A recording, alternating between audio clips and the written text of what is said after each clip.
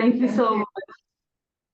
Thanks, everyone. While I'm just putting up the slides, we just want to really thank you for giving us this fantastic space in your forum to share our work.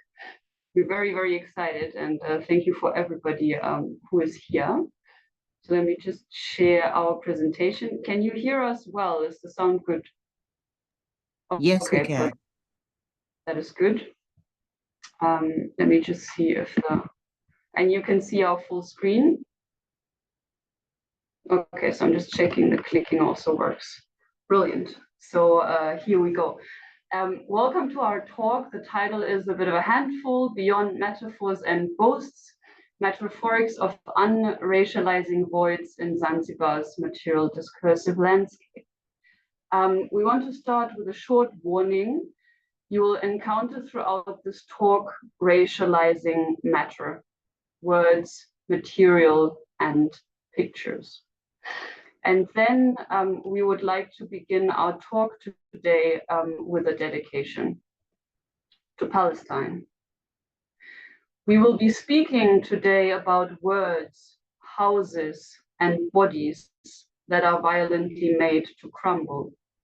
And we want to dedicate this talk to every body in Palestine whose house was made to crumble, to every body who has lost some body, or rather who is currently losing many bodies, many souls.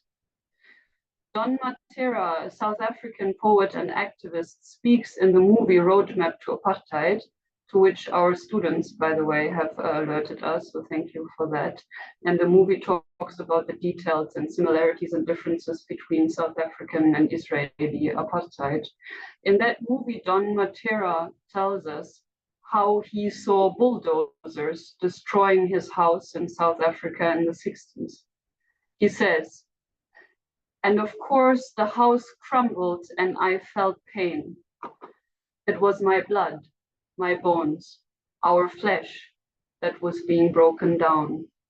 No book can describe, no poem can describe the horror, because our houses were not houses. They were human beings." We refuse to hear his words as a metaphor, as language scholars would be so inclined to do. We believe him when he says the houses were human beings, and only then can we feel the full pain, the full impact of this reality and of the current reality in Palestine. Zanzibar, Christmas morning 2020. Jumba la Maajabu, the House of Wonders, pride of Zanzibar and Zanzibaris since its building in the 1880s, had just crumbled under the eyes and the cameras of the world. Wonders were the many modernities, electricity, the lift, the marble, and the materials imported and local the third Al-Busaidi Sultan Sayyid Bargash brought into that house, onto Zanzibar, the city, and his own reign. I wrote to my friends and family, Kuwapa pole zangu, to give them my condolences. And one of them, the Zanzibari poet and journalist Mohamed Khelef Hassani, wrote me on WhatsApp. Watu hulizwa na miji na majengo yao kama walizwavyo na watu wao. Majengo na miji kwetu ina roho yavuta pumzi. People are moved to tears by the built environment the way they are by their own people. The houses and the cities to us have a soul. They breathe. We wish to begin our talk by walking around with you in Hassani's words. Watu hulizwa na miji na majengo yao kama walizwavyo na watu wao.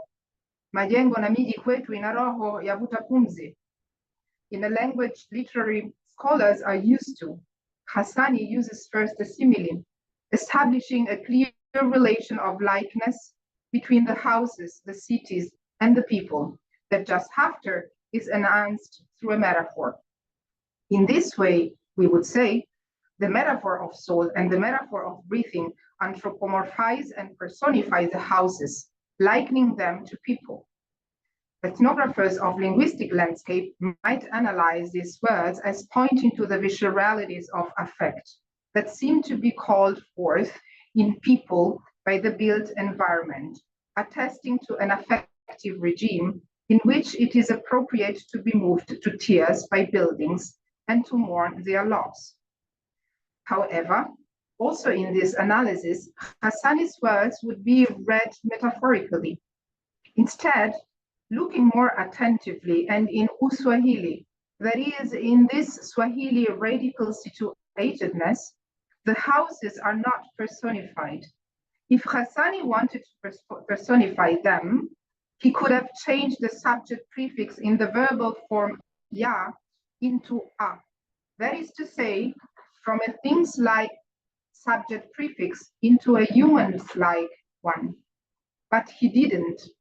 So we are invited to say that the houses are actually breathing. They materially have a soul. He is not writing metaphorically, but matterphorically. What does such a move from meta to metaphor entail? It opens up the possibility of an ontology where the built environment, bodies and words, majengo, miji, watu, are not discrete entities which are repositories of essentialized static qualities, but are in fact ontologically co-constitutive becomings. In other words, houses, people, and words are not predetermined as different entities, as connected they might be through affect, but actually co-constitute each other within and from relations.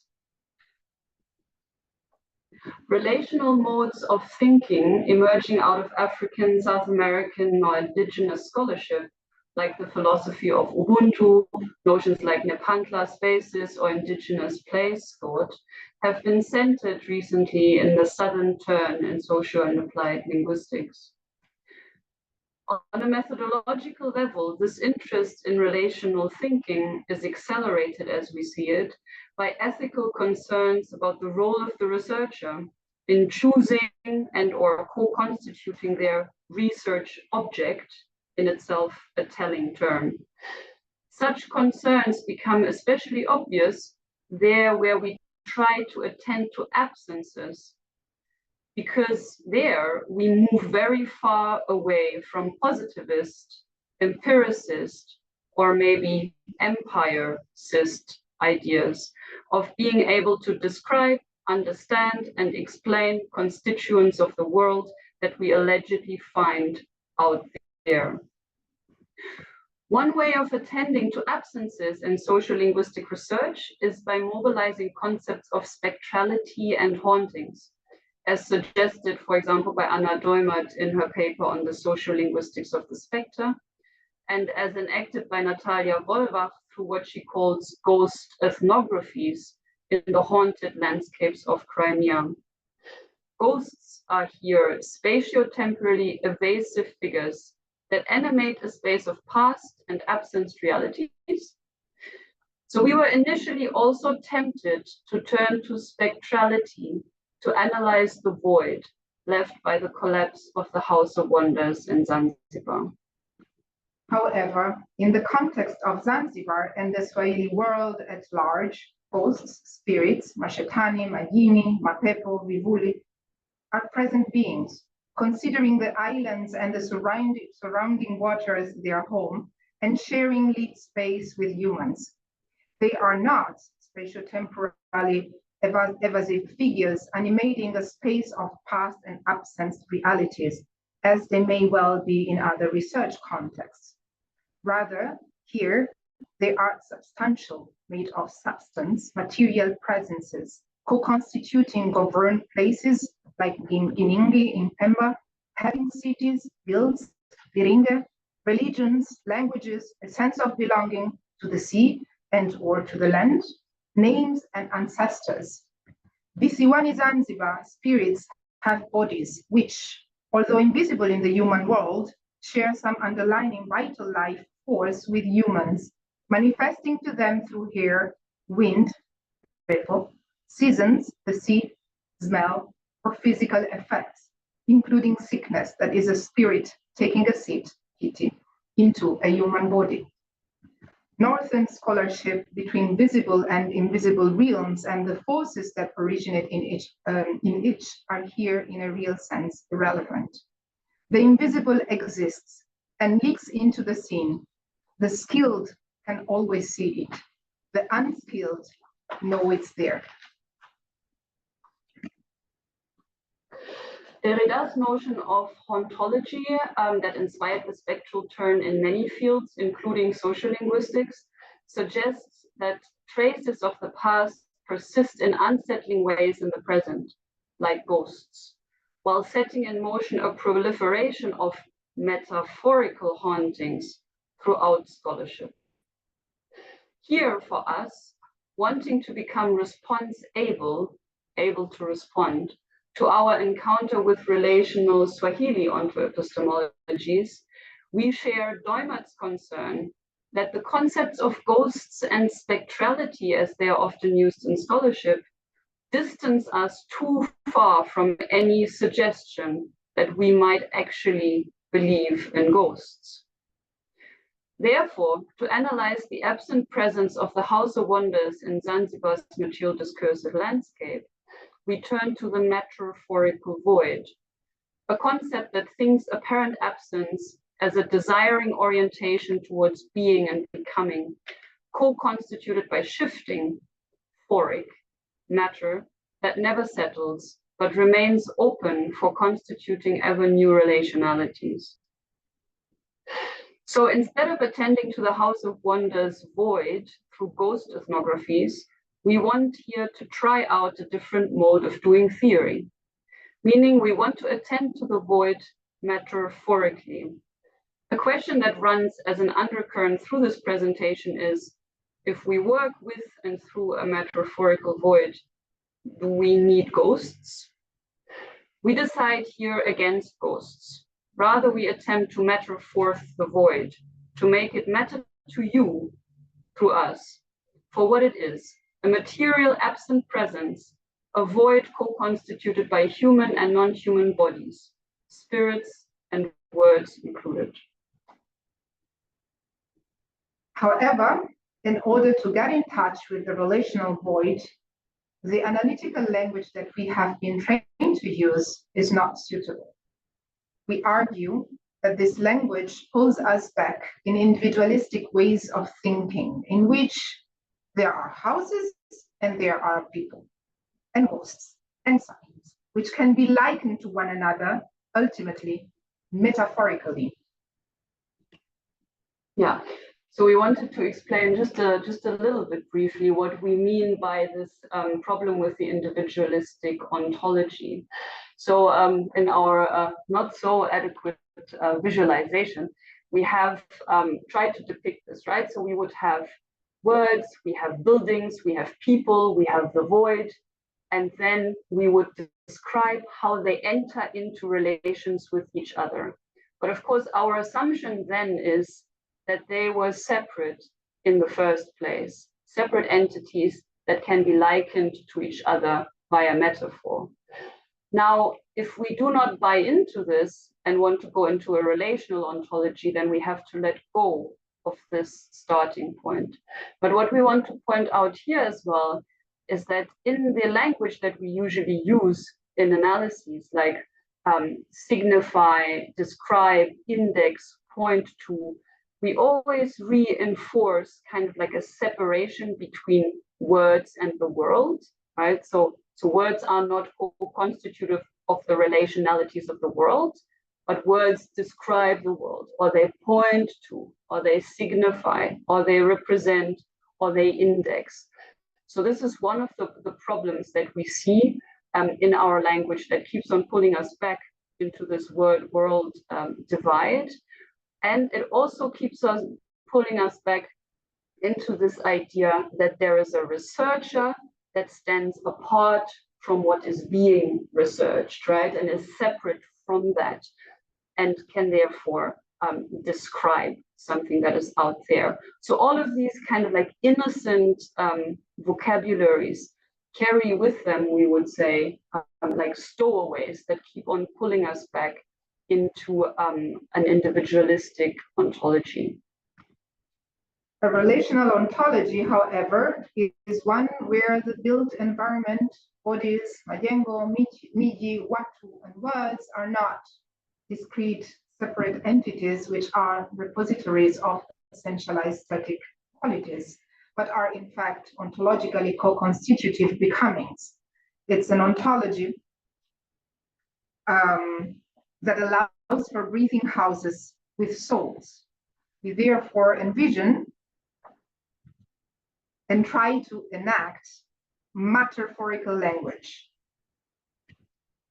So what we are striving to kind of express in the second half of this talk, which you can see as a bit of an experiment at expressing a relational ontology, is this idea of metaphorical language, so that words themselves are already part of always shifting relational matter. And in, again, this very inadequate depiction, we just want to try and get in touch with this idea of a relational world where we don't necessarily ask questions like, why did entity B interact with entity A, right? But where we assume that relationality is the norm. So, and then we start from there. So we will introduce some other vocabulary that is, in our view, trying not to assume individualistic ontology to begin with. So you'll hear words like co-constituting, mattering forth, so making something matter to you that is mattering to us and through us. You'll see the slash like an undoing, which is not to express a binary, but is a device that tries to remind us that there is always more than we can express, because whatever we're trying to express is part of a ever-shifting relationality, right? So now as to what Matterphorics is. So whereas the concept of metaphor is the trope of meaning transfer and substitution by means of analogy, Matterphor denotes the articulation of meaning in relation to matter. And matter is understood here not as a fixed entity, but as constantly shifting, so phoric, and as thereby establishing entanglements and relationalities. This view changes not only the relationship between meaning and matter, and consequently of knowledge production, but it also presents us with a different way of doing theory. For this different way of doing theory, as we've tried to say, we need an analytical language that allows us to articulate material discursive relationalities without fixing them as individual, separate, and comparable entities in space and time. We need a language that can express that the house breathes, that the house has a soul, without implying any likeness, that is a comparability established through metaphor with humans. Comparison and metaphor, we argue, are only possible if we begin from an ontology where entities are separate.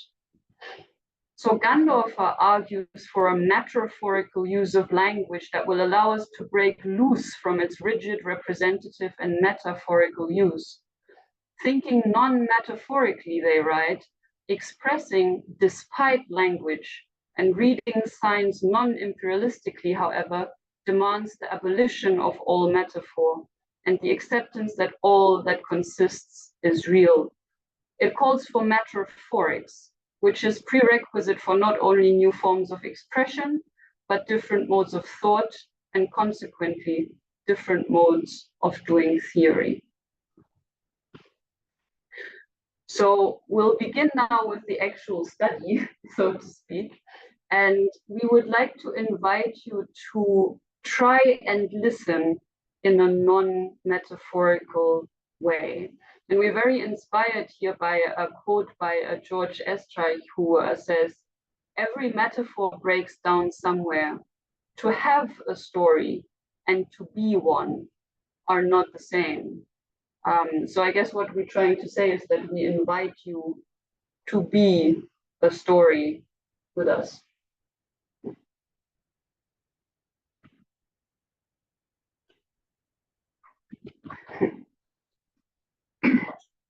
The wounded body of the house stands on the Forodhani Gardens, stripped of its charm, its grace, partially revealing its intimate interior, interrupted after many years of use and abuse. The coral stone has succumbed under the pressure of dense and violent times, of breathtaking soul pent up in the cracks, of mistreatment by those who were responsible for its well-being, its soul. Who's to be held responsible? The house fell down, a sudden interruption, an intra-rupture, leaving an agonizing emptiness, a distressing urban void, a place in a state of suspensions where different forms of control and structure are interrupted, making it difficult to fix and identify the void's identity. There is no determinate affective regime mattering forth from the void. Meta is never a settled meta, Barrett writes. Not even after it has fallen, we add. It is always already radically open, Barrett continues. In a conference held 2 months after the collapse, the Zanzibari historian Abdul Sharif matters forth the co-constitute becoming of the voided house of wonder and the wound of race in Zanzibar. He says, this was not a collapse merely of one building. It was symptomatic of the decay that has sat in the whole of Zanzibar town since the revolution. It occurred almost immediately after yet another political catastrophe, a contentious election at the end of October with the usual casualties dividing the country once again and driving home the point, divided we fall. Here Sharif speaks the decay of the building and of all of Zanzibar town into connection with the racializing political violence regularly erupting on the islands since the revolution in 1964 that had overthrown the Sultanate. He ends with divided we fall, which we could read as a metaphor, in which this time people are likened to the house and their divisions to the collapse. However, we choose to attend to it metaphorically. The coral stone material from the sea and foreign shore entangled with daily Islamic practice, constituting much of the old town, has, from the late 18th century onward, came to be racialized, mattering forth the racially divided we Sharif speaks of. In Swahili discourses in Zanzibar, race in terms of skin color is not spoken. Blackness is worded as Uafrika, Africanness, and the light-skinnedness and whiteness of the rest is worded as Uzungu, Uarabu, Arabness, Uhindi, and the like. A linguistic void attempts to deny that bodies and skins can become matters of life and death in Zanzibar, but the coral stone divides the city, mattering forth silently racialized bodies. The stone mattered forth the Zanzibari rulers, Waarabu, Wajerumani, Waingereza, and traders, Waarabu na Wahindi, as its righteous owners. The rest, Waafrika, therefore, were made to belong to Ngambo, the metaphorical other side of the old town. It's no coincidence that the old town of Zanzibar, Mjimkongwe, came to be named and known as Stone Town, the colonial proper and elitist space. And yet, the House of Wonders, commissioned by the Sultan and mattering forth ruling light-skinnedness, was built by African hands, its coral stone touched by black hands, hands of enslaved bodies. Despite the violence mobilized against the light-skinned Waarabu in power, in 1964 revolution by the patriots, the Wazalendo, who mattered forth black Uafrika by appropriating, essentializing colonial racial categories, and despite the post-revolution violences that Sharif has worded, the House of Wonders, mattering Uarabu, withstood. Today, its fall, this sudden erupting void, with its desiring orientation toward being, becoming, innumerable imaginings of what might yet have been, opens up for the patriots, Basalendo, the possibility to erase the history of foreign light-skinned Arab domination once and for all. With the patriots, the void becomes an opportunity to unmatter Arabness in its materiality, to let the city fall, and to eventually give it back to its self-proclaimed rightful owners, Black Zanzibaris. And divided we fall. But the void is a frothy virtual soup of indeterminacy that simultaneously matters forth other stories.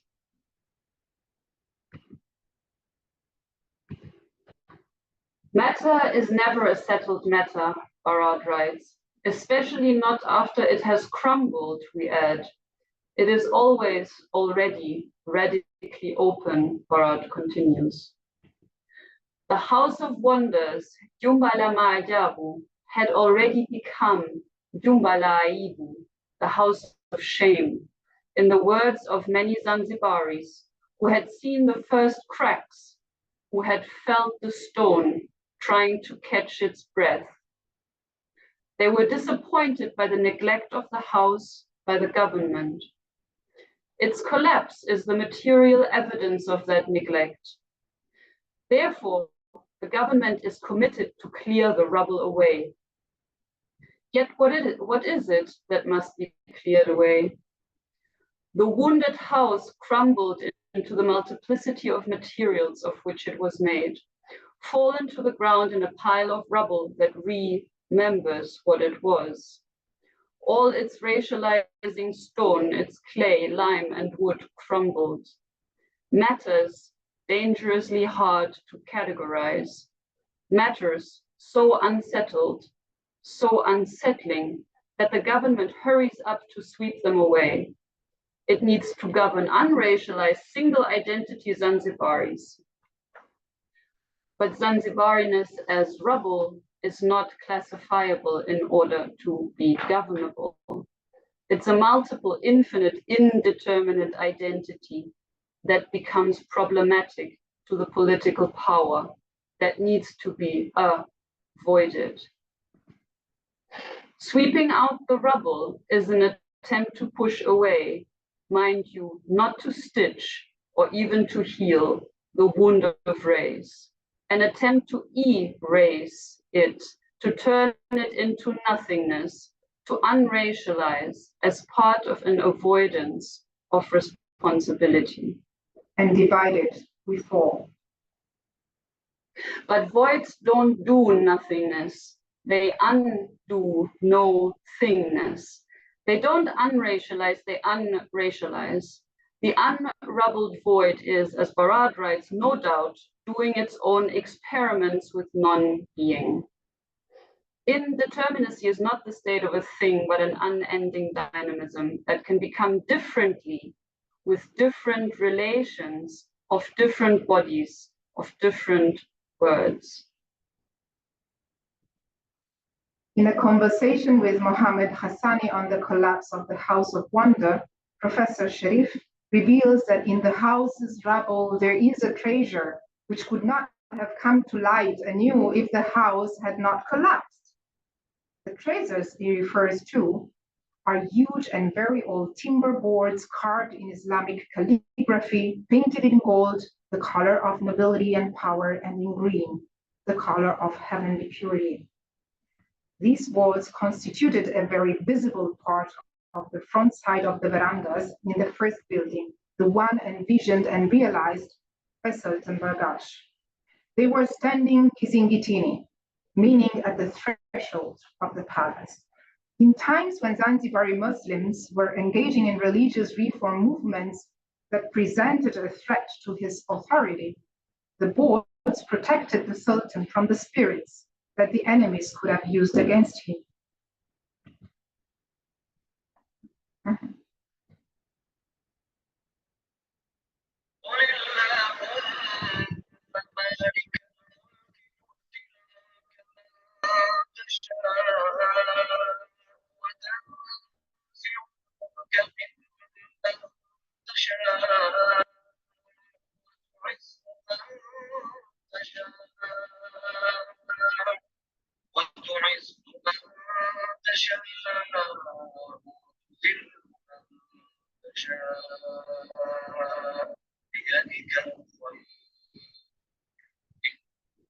spoke the wood to the spirits Mashetani in ways to protect the inside from the outside. The question left unanswered is whether the Sultan consulted with the Zanzibari experts in mystical power and religious knowledge, the Wachawi, before putting up the boards. You don't get power in this world, elders have repeated, without acquiring it first Uchawini, in the invisible realm of Uchawi. But we don't know if the Sultan needed the boards exactly because he didn't consult with the Wachawi, or if he put them up following their advice. We don't know if the boards protected the Sultan from the enemies or from the Wachawi themselves. Yet the board's presence reminded anybody who wanted to enter the palace to utter, "A'udhu billahi minash shaitani rajim," I seek refuge in Allah from the outcast Shaitan. But what happens to the power of these boards when they are materially dismembered?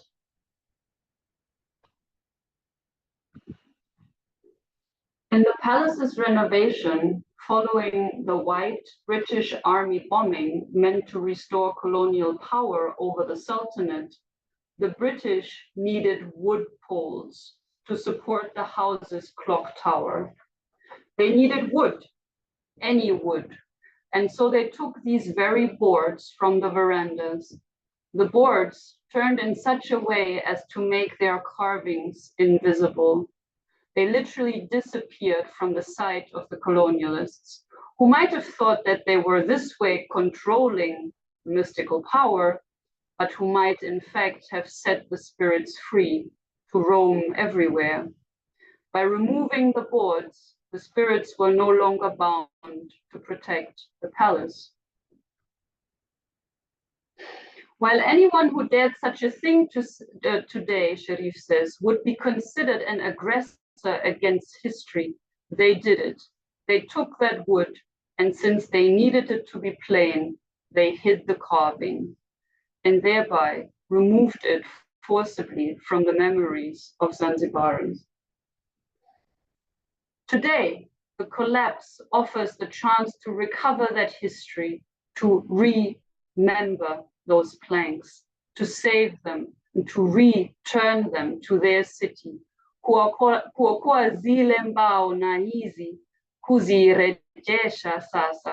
And restoring, eventually, balance and peace that spans the mystical and the human realms.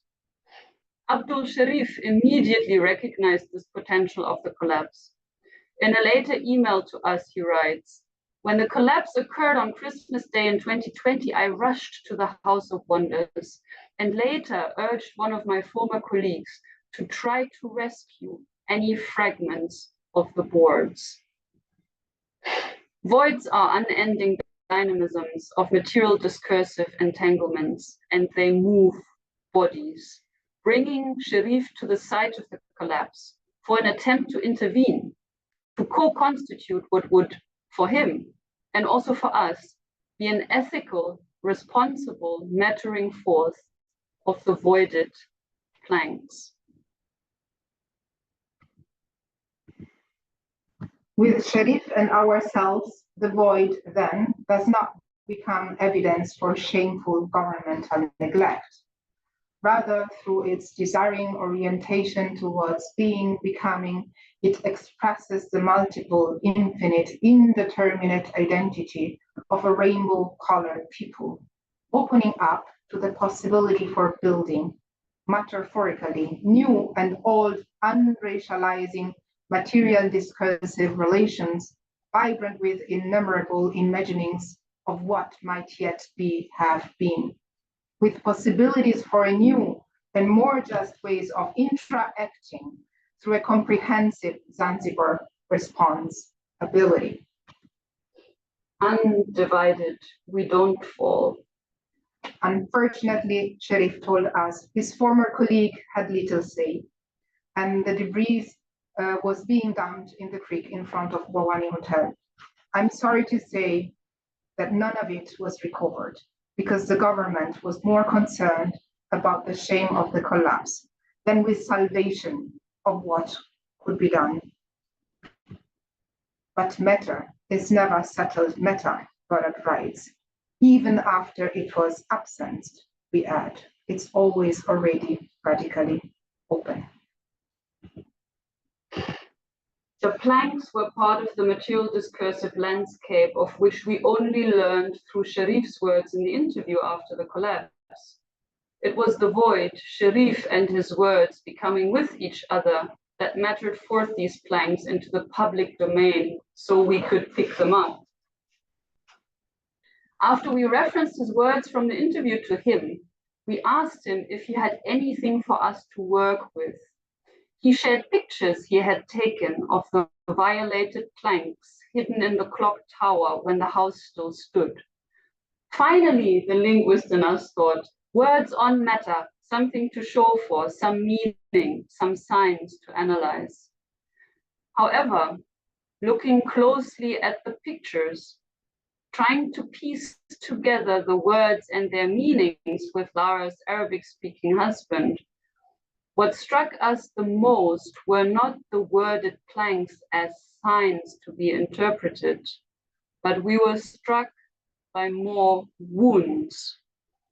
While we had already heard Sharif speak to us about the planks having been turned so as to hide their carvings, mattering, yes, potentially ruling Arabness, we hadn't sensed the cuts, the violation of these Arab word bodies cut into pieces by the British.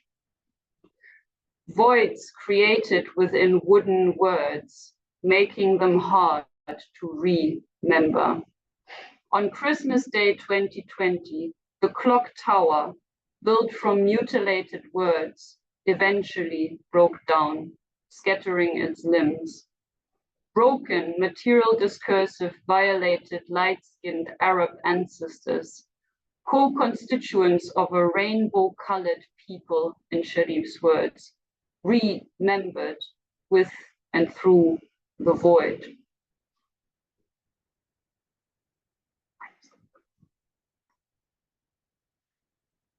Okay. So, our in conclusions. This research threw us into conceptual trouble. We wanted to attend to absence through hauntings, and yet the setting forced us to confront that such analytical vocabulary is always only used metaphorically. This, we think, alerts us to a much broader issue, namely the question if whether or not our current analytical language in social linguistics, and maybe in the social sciences more broadly, which is grounded in Western individualistic modes of thought, is in fact able to express the kind of relationality of Southern onto-epistemologies that Southern scholarship has been alerting us to. So what you've just heard was an experiment in expressing research differently. We refused to metaphorize, and we embraced breathing houses with souls, houses that are or can be human beings, wounded houses turned into voids, mutilated words, voids that are not empty, but rather full of invisible spirits. We attempted to matter forth the void left by the House of Wonder, holding the potential of unracialization. It makes us stay with the trouble of never being able to do away with race, exactly because every relation is always haunted by its past, but at the same time holds the potential of getting in touch with the wound of race and creating openings for conceptualizing and leaving unracializing past, present, futures. We notice ourselves that moving from metaphorical to matterphorical language throughout the many phases of our research and thinking entails risking our own body and affective state. While metaphors establish relations of likeness between entities, metaphorical analytical language also seems to provide a certain comfort and distance for the analyst. However, we sense that in order to shift the world, we have to move out of this comfort zone and allow our own bodies to be touched, by the pain that we are so used to metaphorizing. Thank you very much for listening. Thank you very much. Dr. McConey, the floor is yours. Okay, thank you very much. Dr. McConey, the floor is yours. Yes, can you hear me now? Yes. Okay, thanks, good. When I was preparing for this, for your presentation, and as you were presenting as well, a couple of ideas came to my mind. The most striking similarity between the arguments that you are trying to make, to me, are between the novel that was written by Amos Tutola called My Life in the Bush of Ghosts, right, and what you are trying to do. Let me explain why I'm going to try and get at this issue via that particular novel. Because what Amos Tutola tries to do in that novel is to show how these different universes are all mutually entangled. Spiritual world, physical world, etc., the world of slavery, etc., and all that. In a sense, it's a precursor, you could say, to what Barad was going to talk in terms of relationality. And the way Amos Tutola talks about it, Amos Tutola, the Nigerian novelist, writes about it, I thought would be a very interesting way of framing some of the things that you are trying to talk about.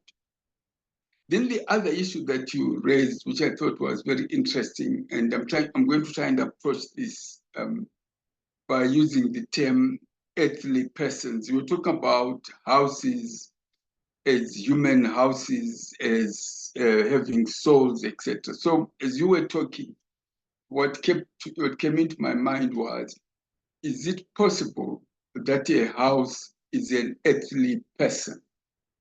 But if that is the case, if a house is an earthly person, then analytically, the challenge you have to confront as you go along in your project is to provide a definition of earthliness and personhood that enables you to include what might be described in other contexts as animate or inanimate.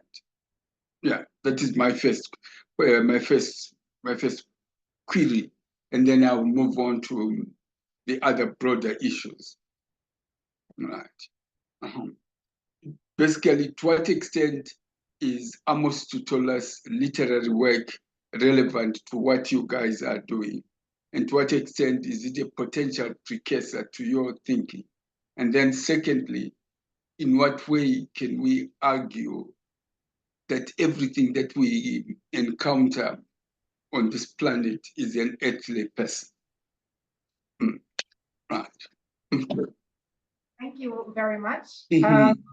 Unfortunately, I'm not yet engaged with Tutola's novels, but I will. Okay. But I would say thank you a million times, because in this reasoning that we have always said that I feel that there is a reason why novelists, literary novelists and poets are treating words in a certain way in their work, which makes me very often finding many different connections with what we are working ourselves. So thank you for this. We will definitely engage with it. And if I can try and address your second point, but I'm going to go out on a bit of a limb here and say that if we are now trying to define houses as people, we are committing the same mistake of individualistic ontology thinking, because now again we are looking for a definition for an entity, and we are trying to establish a relationship of likeness and say, okay, if houses are like people, then we have to, or like earthly persons, as you say, then we have to have a definition of earthly personhood, into which we can then homogenize other the relations that we encounter. And what we are trying to say is that it is not about whether or not we can define a house as an earthly person, but it is about acknowledging that houses are relationalities, and that they are co-constituted by bodies just as much, or as by human beings, just as much as human beings are co-constituted by houses. So it can be that in a particular apparatus, as Barad would say, it becomes very clear that this house is a building, right? And it becomes defined. But in its relationality, it doesn't have these definite properties. I'm not sure if I'm making myself clear. Yeah, okay, let me jump in. The properties are not inherent in the house. They are ascribed to the house by the individuals who engage or interact with that particular entity.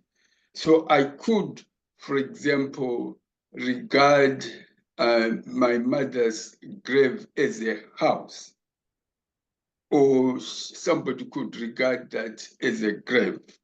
In other words, the properties are not intrinsic to the entity, except in lexicography, right?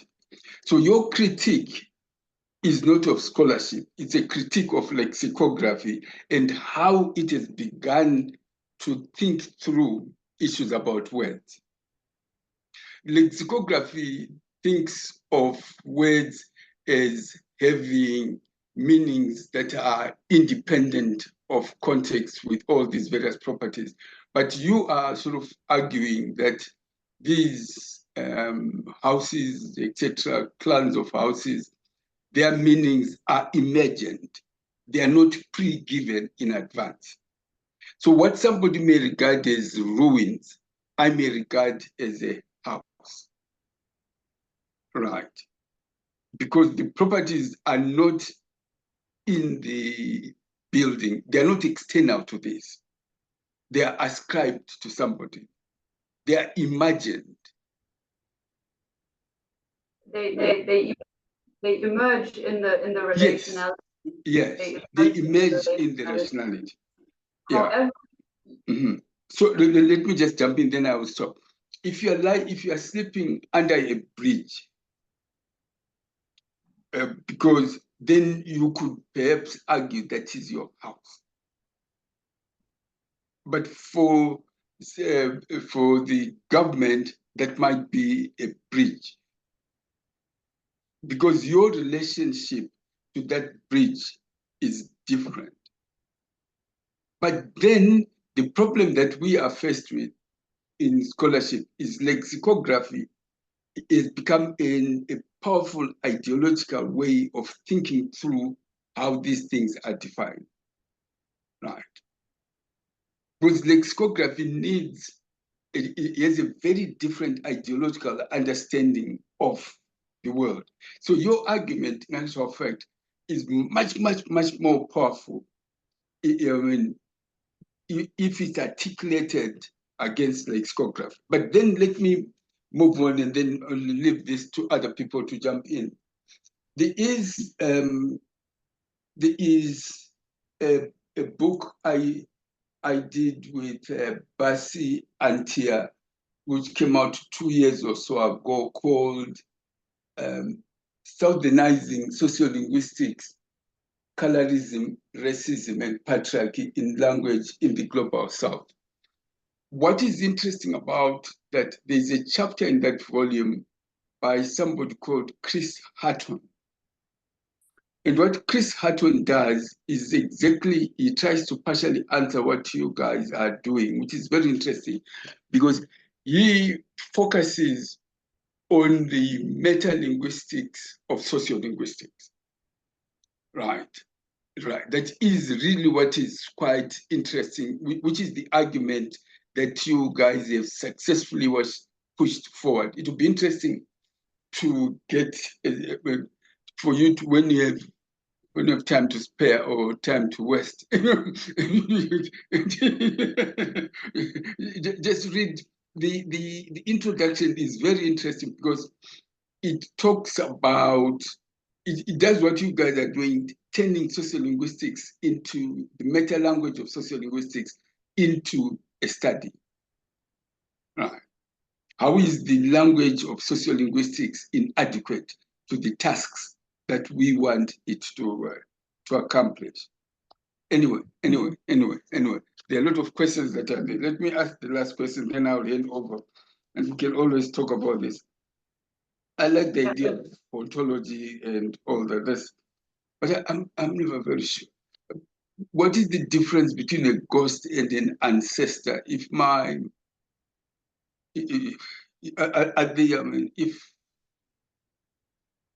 my sister passes away, will she ever be a ghost or she will be an ancestor? Or I don't know. I'm an expert in mystical realm. The scholar who we quote, and you have seen, her forthcoming book is really a special gift, I would say. Anyway, ghost is an ancestral spirit. So the kind of relation with the human realm is a bit different, but yes, they do exist. Yes. Okay. And it's interesting, of course, the Swahili wording, where very often all these words are used interchangeably. They're used interchangeably. Okay. So let me ask the last question. Then it speaks a lot of the relationality. Yes. By Ocean, Indian Ocean. So it is called. And different religious knowledges that come together in the knowledge of the experts. Okay. That's true. Then my last question is, assuming the following scenario, you fortunately or unfortunately found yourself in a situation in which somebody said to you, your lecture was very interesting. I have a group of first-year students who are coming from high school. If you were to teach them about your ideas, what would you say? What is the core argument you would make to these high school students whose views were just coming to the university, coming to college for the first time? Assuming we want to convert your ideas into a first-year course in linguistics or first-year course in philosophy, what would we say? Yeah, this is the book. Can there be a politics of, yeah. Okay, so I envisioned the classroom and yes, just envision, just people it the way you want. I don't know, I'm just gonna babble. But the first thing I would do is I would put up something that we would usually read as a metaphor. Okay. Right? Like the opening from Don Matero that we used, or maybe the one from Hassani, right? And I would ask students what's going on here, right? And then most probably we will gather ideas of, okay, yeah, they say the houses are like people. And then I think I would go like a little bit around the southern turn of saying, well, taking seriously other ways of thinking. You know, we are used to this one way. Is there another? Right? What if houses can breathe, how Yes. can we think about this? So I think we would open up a conversation around that. And I think the theoretical point, and this is starting to be phrased now in social linguistics, Mhm. at different points in different ways. I was trying to find the one quote and I couldn't find it. But something around how linguistics has extracted the body and everything worldly from language. Mhm. Right? And how it has made us believe, and that's colonialism and whiteness is a big part of that, has made us believe that language is this disembodied thing Mhm. that can be used as a tool to liken things to another, etc., etc. And it has made us forget that sometimes words are matter, and Mhm. when words move bodies, and words can be cut, as we've shown in the presentation, Mhm. right? Mhm. Words can be cut and mutilated and turned Mhm. and Mhm. hidden. So I'm not sure. I feel like they're slightly disconnected, the two things that I said, but the lesson was more or less like that. Yeah. I would with your example of the bridge. Oh. Okay, two ways that we can go from very material. Okay. Yeah. Thank you very much. Thanks a lot. This has been a wonderful conversation. Thank you. Thanks. Okay. Yeah. Thank you for this interesting exchange. We don't have any questions yet. There are a few comments in the chat box. Vanessa is thanking you for the fact that metaphorical language is extraordinary. And then we have some resources that people have put in there. Vivian has YouTube video and a paper, and Magda has a suggestion for a book. So there are resources for people that are related to your subject. But we invite in questions and comments. You can raise your hand and I'll call on you. Let me ask Nick Faraklas to jump in. Nick, what's your view about all this? Wonderful. Sorry to pick on you, but it's always interesting to hear from you from the other side of the world. Yeah. No, this was a wonderful presentation. It brought together so many things. And I think that you're absolutely right, Simpri, that it goes a lot deeper and it's a much more well-rounded and deeper critique. It's not just about scholarship, it's about the very structures that we're forced to use to think Yes. within all of the not just in linguistics but in everything that's been come out of Western science. So it's based on this premise that in fact it's based on individualist ontologies. You have artificially separated entities, but also have these essential properties. So all of that really makes so much sense. But I think that it's a much more powerful critique than maybe even you were being maybe humble and diplomatic to just frame it the way you did, but it also goes much deeper than that, I think. But for me, of course, as usual, I connected to sovereignties because it's something that I think is important because it shows us a possibility for how to turn these insights into something that can actually change the ways that we think, change the ways that we speak, change the ways that we act in the world. So, and I was saying, well, now here comes Nick again with sovereignty. So I was saying, no, okay, maybe I should not say anything. But then, of course, the translation of the inscription began with sovereignties, was all about sovereignties. So basically, in fact, when you're talking about Nepantla, when you talk about Ubuntu, when you talk about place thought, and these indigenous insights in terms of what sovereignties can be, in terms of ways of getting out of comfort zones, entering into trans spaces, trans performances, shifting, places in between, never settling, all of that is how, at least how people that I've worked with in indigenous communities have tried to explain what sovereignty is in terms of their particular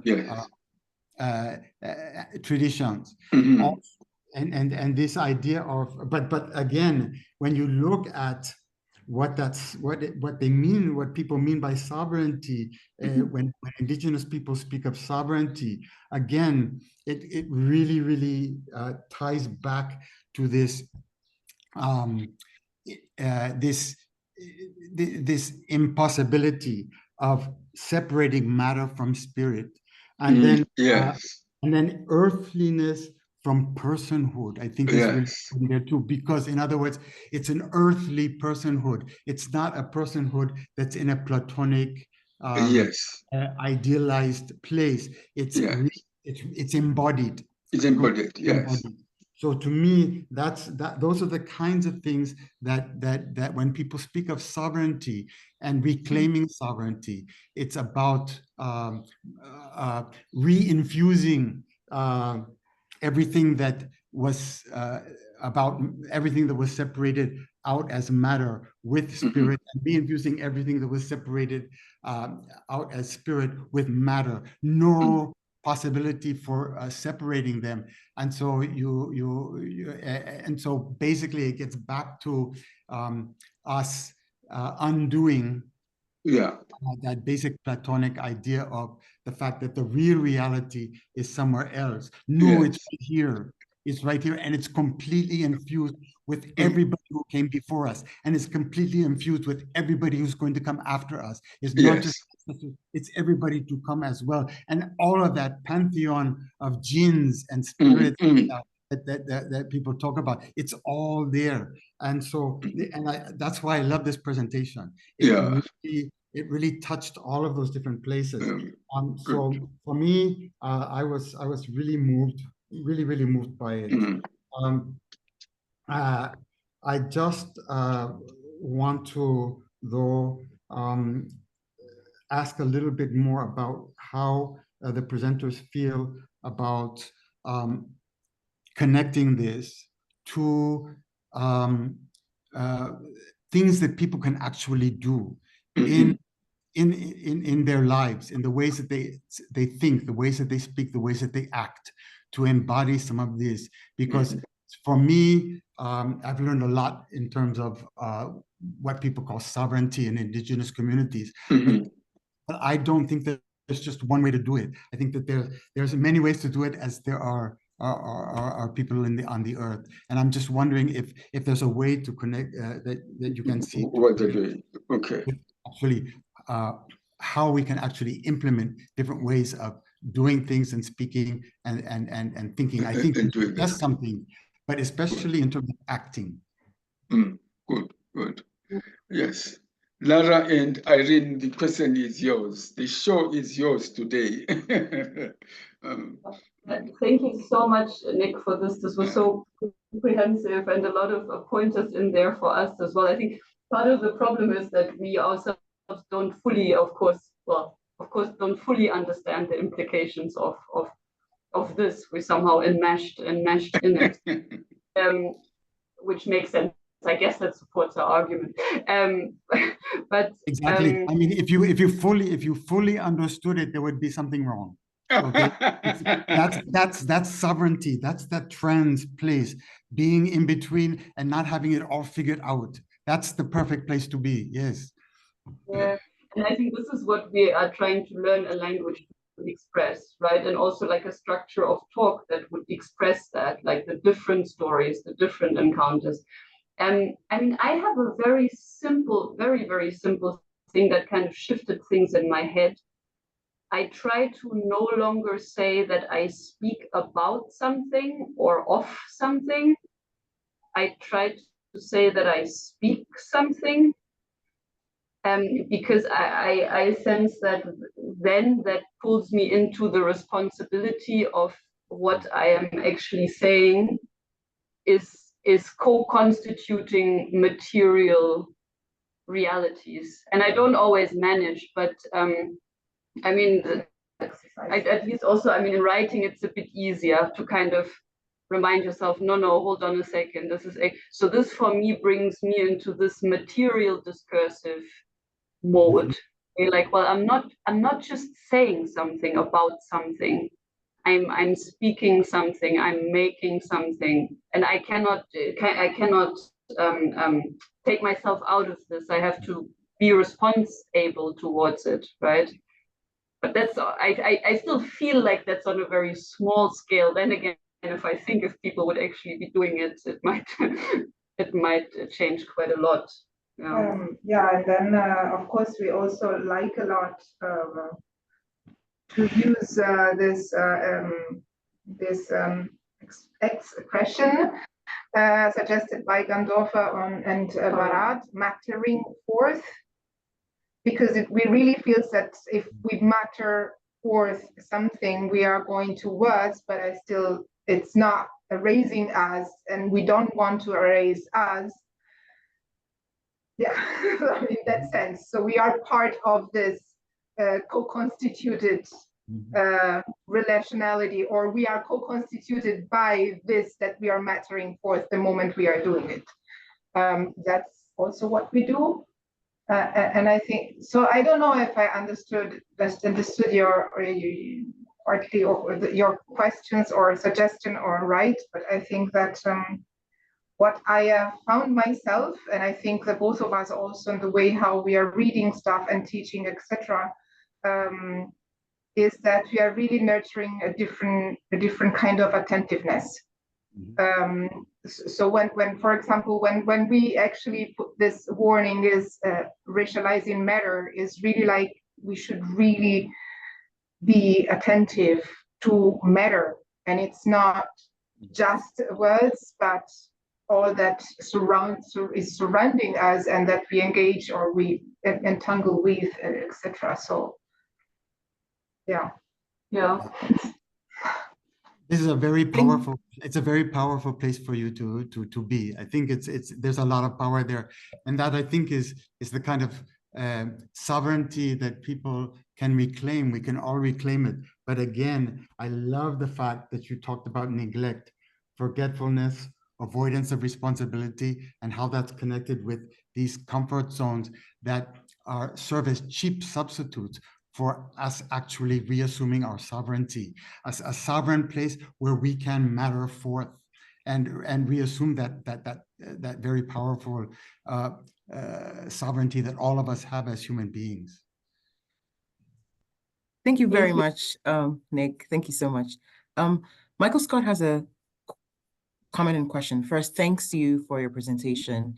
And further to Simfried's great question, wants to ask, in a high school or first year university, Gen Z millennials, would you consider asking the class to undertake projects incorporating applications of the excellent Pantheon points and reflections and hints to the Gaza genocide and dispossession ongoing over the past 7 months and century?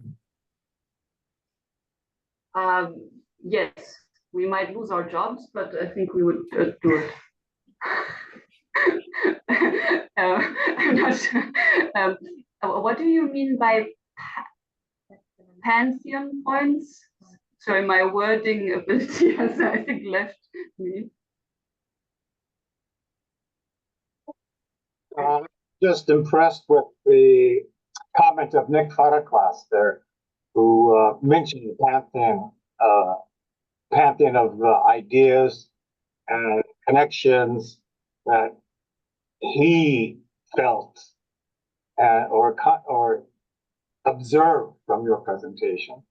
And I thought that was a very appropriate, because I could not keep up writing notes. Writing notes from your slides and your words, which were all fantastic for me, because I've been following both the situation in Zanzibar and Tanzania for the past year or so. Situation with the Maasai and Ngorongoro, and the situation and the conflict between, which is simmering again between Zanzibar and the mainland. Recently, I saw on Twitter someone from the Maasai community saying Tanzania is no longer a union of Zanzibar with the mainland. Now it's a union of the United Arab Emirates, Saudi Arabia, and Tanganyika. In fact, Tanganyika isn't mentioned, that commenter observed. There's no longer Tanganyika. There's the mainland, and there's Tanzania, and there's Zanzibar, and the United Arab Emirates, and there's Saudi Arabia. Because of the expansion of the tourist industry and the destruction of the lands, indigenous lands of the Maasai and others in the northern part of Tanzania. So all those connections were a pantheon of thoughts that I had from your presentation. And I want to say, Asanteni sana, that was fantastic. Asante na wewe. I don't know, I have never done myself such a connection, but I am so privileged and lucky to have many of my students of Sam'a here actually, who are always very engaged. And one of them was studying human geography and my courses in African study, decided to write a thesis on exactly this land expropriation of the Maasai, and ended up in writing a beautiful work on conceptual Maasai worlding on how to on the conservation of the environment, etc., etc. So this is the one thing that I can say. The second is other students we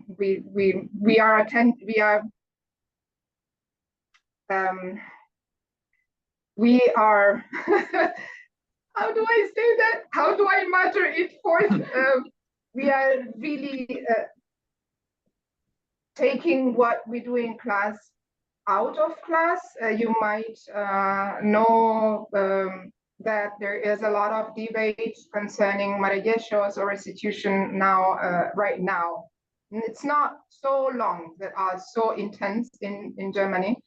And the way how the students can go participate with Tanzanian activists concerning the restitution of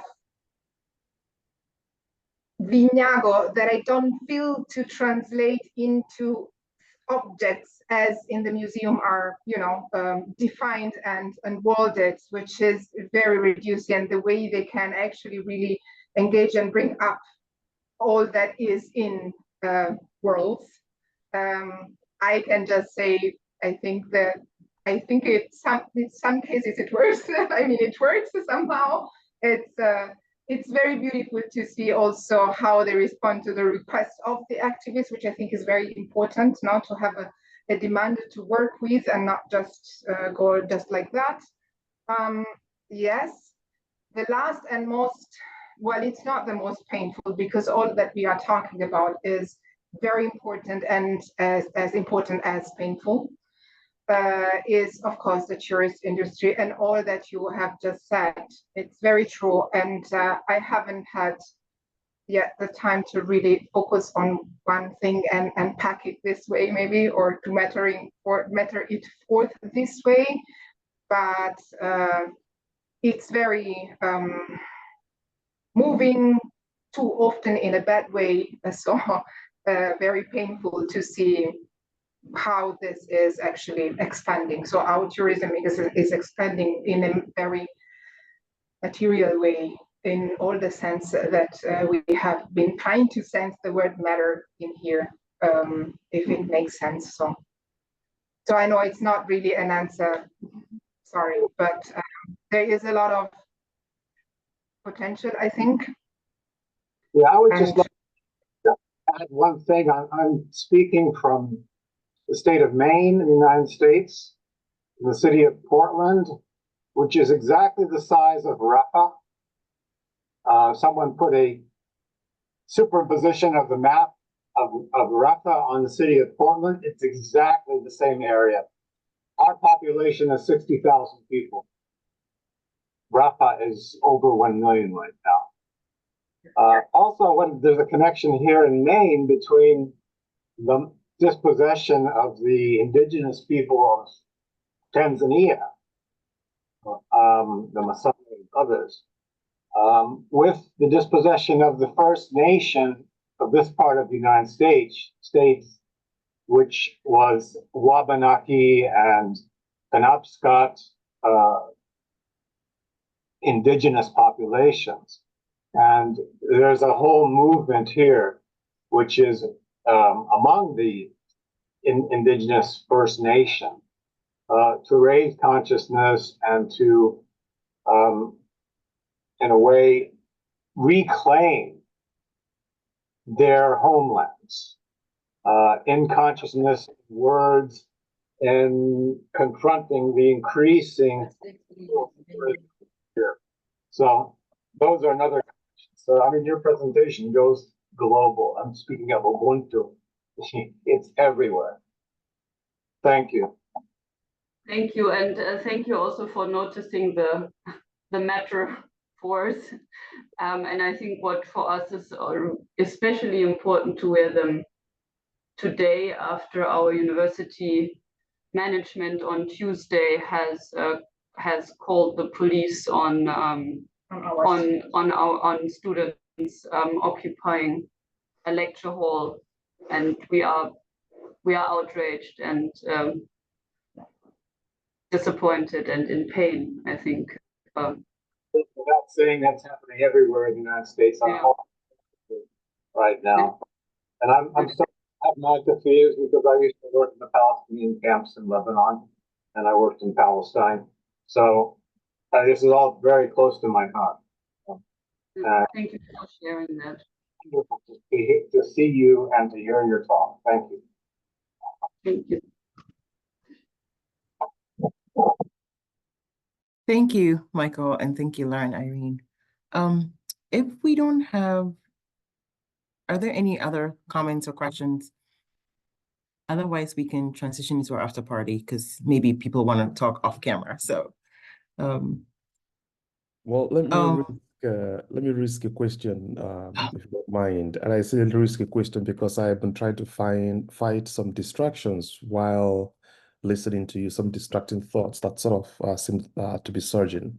First of all, thank you for the depth of this exploration and experimentation here. Let me go to something briefly and then I'll get to this distraction. I think while you were talking, I was wondering about that question of alternatives that I think Nick for our class sort of got to. You know, are there ways, if we were sort of to take Marconi's argument, you know, to its logical conclusion that what we're dealing with here is lexicography, not just research, right? And even think in terms of the construction or invention of language in colonial epistemic, you know, structures. What would be the possibilities of meaning making if we set that aside? If we were to sort of abandon coloniality, in what other ways can one begin to imagine the reconstitution of relationality from where we are right now, that is, from having been colonized subject and still colonized subjects and subjectivities? What are the possibilities of beginning to engage in other ways of reconstituting in relational terms without necessarily carrying the baggage, this linguistic and epistemic baggage of coloniality? Is this a redeemable epistemic journey, or are we too far gone into this way of thinking in colonial terms that coming back is difficult? But let me get to the other point. While you were talking, I was thinking about some of the philosophical conversations about the possibilities of knowing reality as it truly exists. I think, for instance, of Kant's distinction between phenomena and noumena, and even in cognitive science, the idea that we really cannot or can never know reality as it truly exists. Now, if one were to proceed from that premise, is it possible then to revise that argument that reality as it truly exists in its material constitution is unknowable?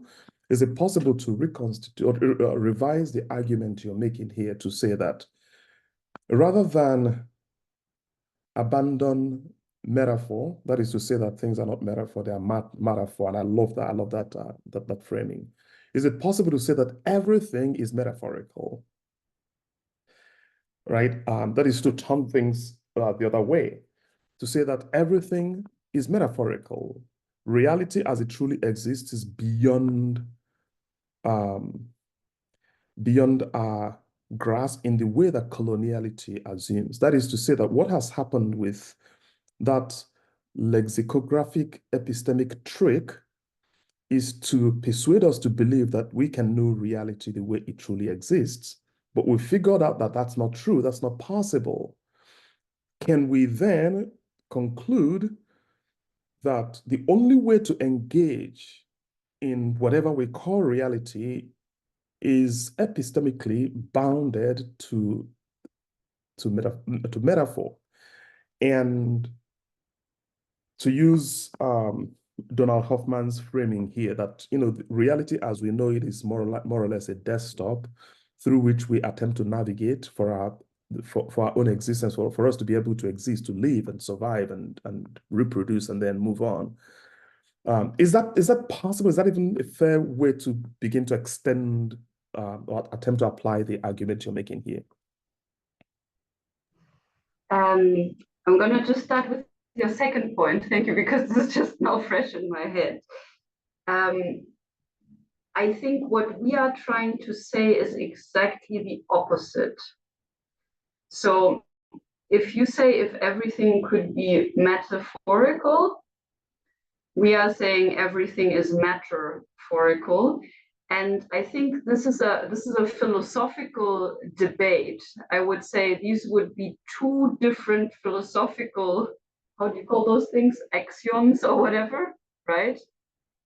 And I would say that it's an ethical decision which one you go by, right? So if we go by the one where everything is metaphorical and we can never get access to reality, I think that holds the danger that we remove ourselves from responsibility, because we don't feel that we are shifting matter, because there is no such thing as a material world that we are part of, right? And I think actually that this is what's been going on in science, that actually it is this removal from responsibility, this speaking about, but not speaking something.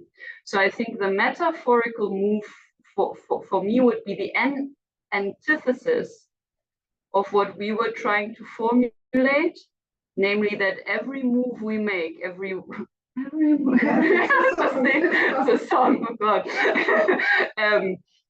is shifting the world, and that words are part of the material world and that we are part of it. So we are actually saying, I think Nick Falaklas said it earlier as well, there is the world and it is right here. And I would make the ethical decision to go with the metaphorical philosophical axiom, because that makes us ask, okay, what am I about to do next? Is this shifting the matters of the world in a way that I find ethical? So I'm not sure if that answered your question. Yes, it does, in many ways. Although, let me maybe say a few more things here, and permit me again to remind you that this is sort of distracting thoughts that I can't keep quiet while I listen to you talk. So these are forming thoughts.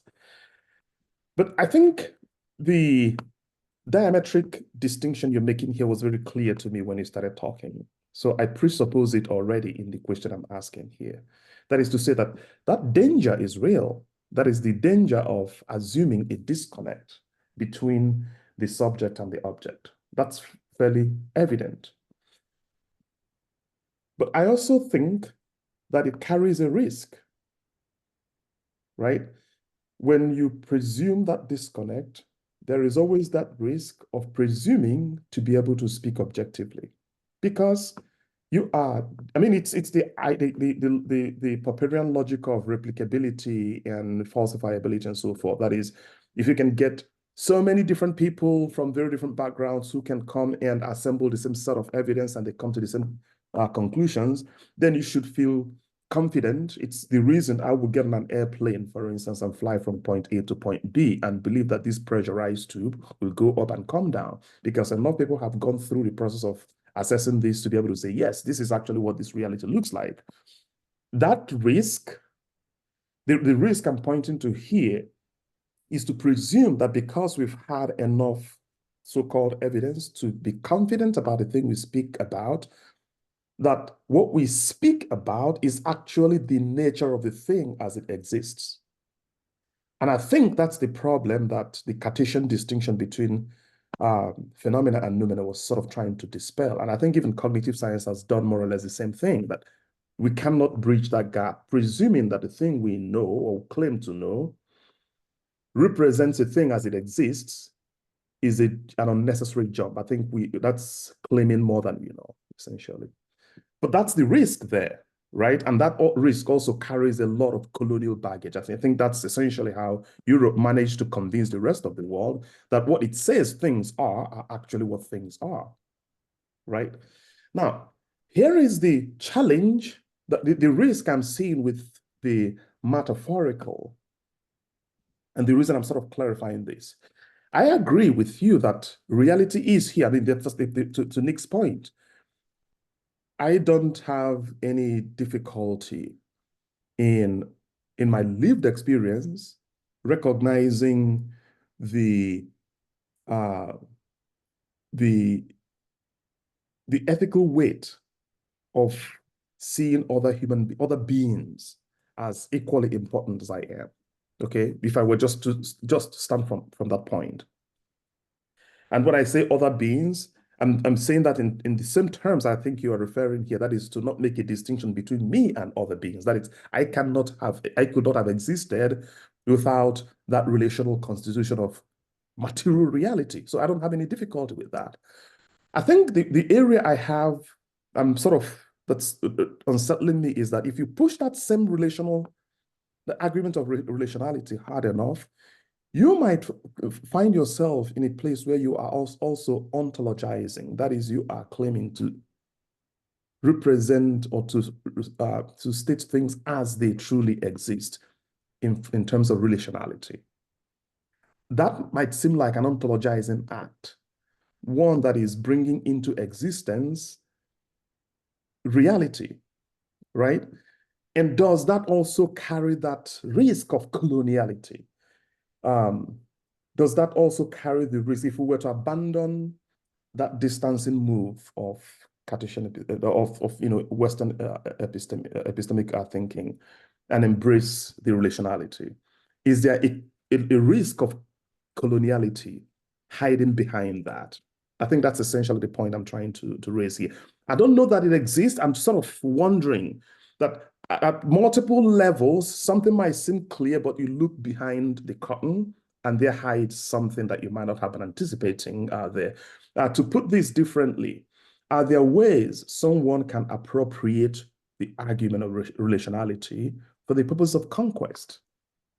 And I think we've seen this, we've seen Western intellectual traditions do this very well. Whenever you raise any epistemic objection, it appropriates that and turns it into a tool for expanding what it does very well. Hopefully what I'm saying here is clear enough. I think so, yes. Thank you very much. This is very layered. And you actually just helped us, I think, to understand something, which is the question, why are we arguing for a new language? Because I think that there is the danger of conquest, and there is the danger of coloniality hiding behind relationality, or the way that relationality is appropriated in scholarship. And I think what we are trying to do is to say we need a new language that doesn't allow us to express things in a conquering and definitory way.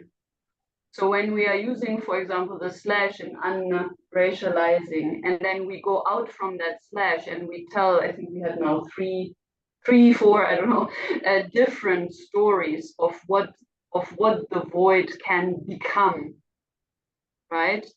What we are trying to do is to counter any attempt at definition and ontologization, as you put it. And maybe this is even the concern that we've never kind of like explicitly articulated, but we have on one of the slides, we say that our language is not able to grasp the implications and to express the implications of relational ontologies.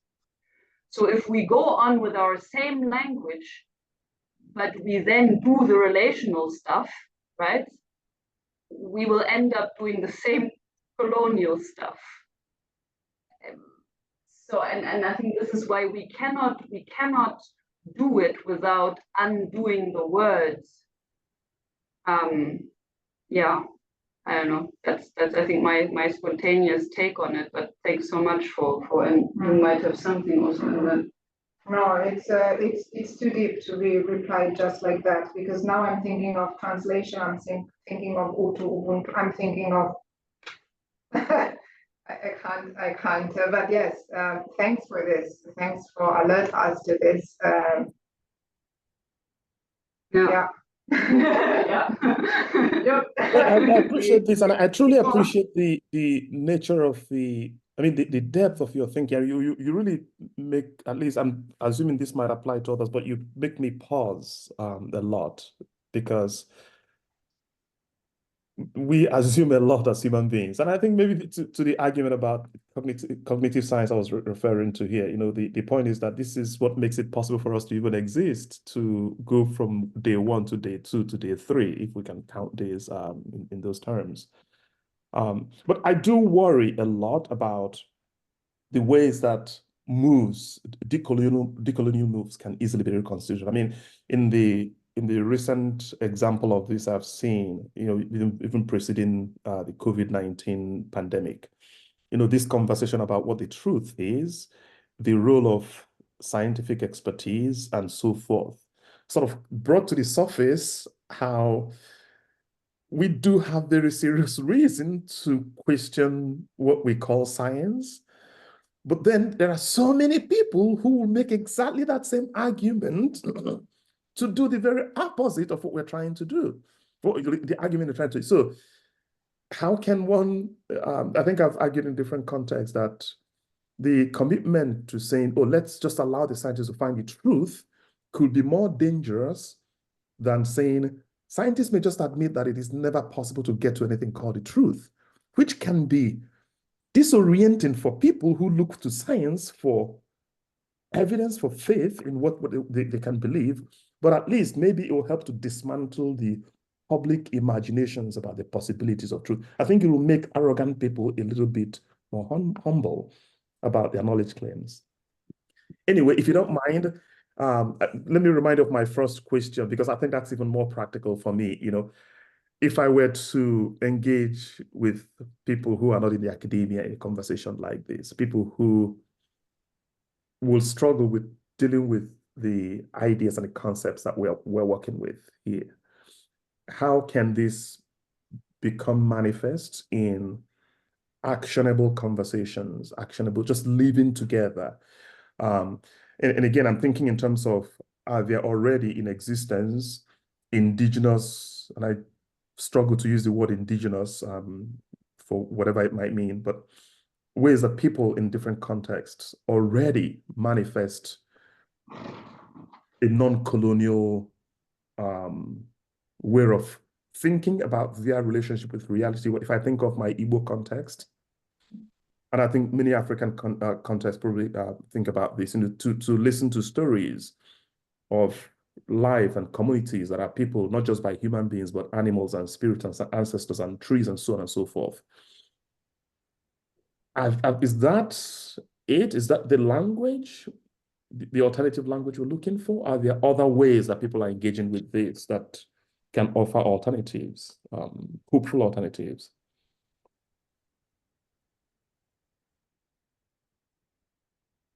I don't know. I think I don't know. I mean, so I wish I could say yes, that's it, to embrace and welcome as many different worldings as possible. But of course, I've been called naive. How do you do that? Then there is the issue of translation, of course, and there is the most important issue of untranslatability, which for us actually works a little bit as this attentiveness, this slash that we have seen. So the moment there is a word that, I don't know, in class, instead of saying, you know, this means that, I'm like, okay, one moment, it's not that it means just that, and then you start sharing all the experience that I have related to that word and bringing the experience of other related to that, and there is not one solution. So it means also opening up to the possibility of to the indeterminacy of concepts that maybe we are also not used to in Western mode of thinking. Is it enough? Is it not? Is that the other language? Well, it could be a very, very huge push to think in that way. I don't know. I was thinking of there's a paper by Rosiek, Snyder, and I forget the name of the third author in Indigenous Studies, and they say, well, you know, it's all well and good that everybody is now turning to Karen Barad for relationality. We as Indigenous scholars, we've been saying this for decades, but you told us that we are only telling stories.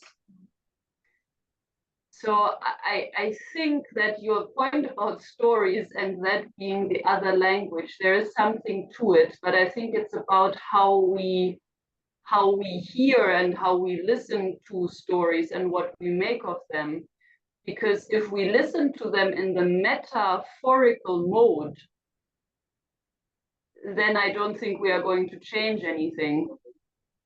And I think what this other mode is, this metaphorical mode, what it means to actually believe somebody who says, my house has a soul, it breathes. I don't think we know, and when I say we, I mean people trained in Western thought or Western scientific thought. I don't think we know what that other mode is. And I think we need people to translate it for us almost, which I think people have been trying to do. So I think the story thing is really part of that other language, but it depends on how we hear it. And yeah, nothing smarter to say than this at the moment. So this is very helpful, and it's amazing that stories have just sort of been a major part of how people have made sense of existence, of their connectedness and existence. Thank you. This has been very helpful.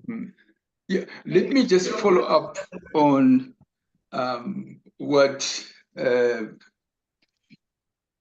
Desmond was talking about, and to try and get some clarity for myself. I think that the way you are putting up the argument, the way it comes across to me, it's not so much that what you are trying to look for is another language. What you're looking for, I think, you're trying to construct different meta language, right? You're looking for, you want to create an architecture that you can use to talk about language, another language for talking about language. The danger of saying you're looking for other language, another language, etc., it puts you very much into the Summer Institute of Linguistics mode. It gives you the impression that there you are, there are these other guys, they're going around the world looking for, oh, I discovered my new language hidden under the tree in Harare or something like that. But that's not what you are trying to do, right? So I would emphasize the meta part of it, because when you simply say, oh, you're looking for another language, that's how it's, given the history of linguistic thought, that's the way it comes across. That they are part of the language documentation group. They're interested in finding new languages hidden under that tree, in that forest, and that's what they're trying to do. But that's not where you are going. You're going in a completely different direction, right? So that's why I would put the meta part of it, because it signals that what you are interested in is getting people to think about the meta-linguistics of language, right? Rather than take that for granted. That's the way this thing comes across. And the issue, though, that we're all faced, that you are faced with, which we all confront, is how much language do you need in order to do an analysis of language, right? Because language somehow gets tied to the meta language, right? And you are trying to sort of frame it differently, but that's a different story. Now, because the other name that I carry is called sin-free, it doesn't mean I don't sin. But when you were talking, this is what was going through my mind when you talk about words. I went back to Genesis. I mean, in the Bible, it begins like this. In the beginning was the Word, and the Word was God, was with God, and the Word was God. Now I said to myself, if Lara and Irene are going to do a language analysis of language, of metaphors, how do they analyze this now? Because the connection here now is Word, God, Word, and the Word was God, the Word was with God, and the Word became God, and etc., etc. Right. In other words, this Genesis creates an entanglement of the relationship between words and spirituality and God, perhaps in a very different way from the way that you guys are talking about.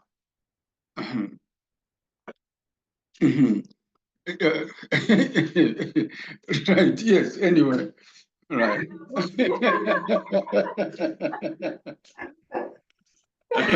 So let me just mention quickly that I actually appreciate that you made that the earlier comment, because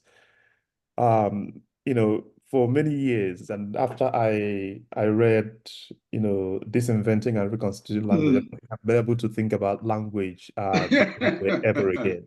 So this is just to remind me that when I use the word language in this warped way, I mean this different way now, that might not be the way others are hearing that.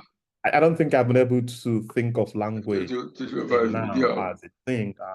for many years. So I appreciate that, really. I mean, you're correct. That's not what I was talking about. And it's possible that what I was referring to is not even easily translatable in the the categories to what with the categories that exist. Properties we call language. It means something completely different. Yes.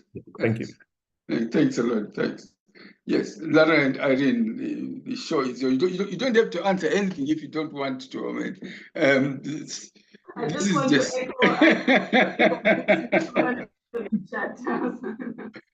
That's a good one.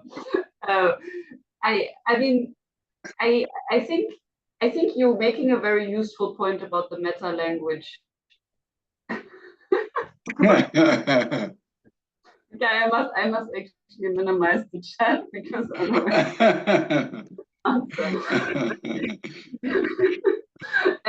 So I think it's a useful point you're making about the meta language, but I think it only covers part of what we are doing. That's fine. So I think it covers the part where we are trying to speak to social and applied linguistics. Okay. Right. And I think this is very useful, what you are saying, actually, because this gives us a way of how to frame it and to get it into a relevant journal in that field, if we wish, right? But I think our concern, our kind of like ethical and scholarly concern, of course, goes beyond. That's okay. That's fine. Goes beyond linguistics, and I think there it's really about the material engagement with the world, right? And how we need to rethink our ethics with regards to that and with regards to research. So I think it's what you said, and it's more than that. Yes. Because what you want to avoid is having your views appropriated and used in a research project whose politics you disagree with completely. So they would cite your work and then proceed and do work in language documentation. That's why I think Desmond is right to keep reminding us that about the need to be aware of the politics of the scholarship that we are engaged in, because you want to avoid a situation in which somebody can say, oh, but what Lara and Irene are engaged in is work in language reclamation, language documentation, and then they say why, and then they cite your work. So you're being used for purposes that run completely contrary to what you intended to do. That's why it's then important to articulate very clearly, I'm not interested in this. I'm not interested in this. And then you go wherever you want to go. Yeah, anyway, right. So, advice. Yeah. Okay. I wouldn't want to go look for languages on the trees. Yeah. Anissa, before this, Anissa Kane is somewhere in the middle of nowhere, in the middle of the ocean. Do you want to jump in, Anissa? I'm waiting for the after party. No, the after party started now. Oh, then we have to stop. Then I'll stop the recording if the after party has started. Have you stopped recording? Yeah, I will. Phoebe, have you stopped recording? No, I will do that now.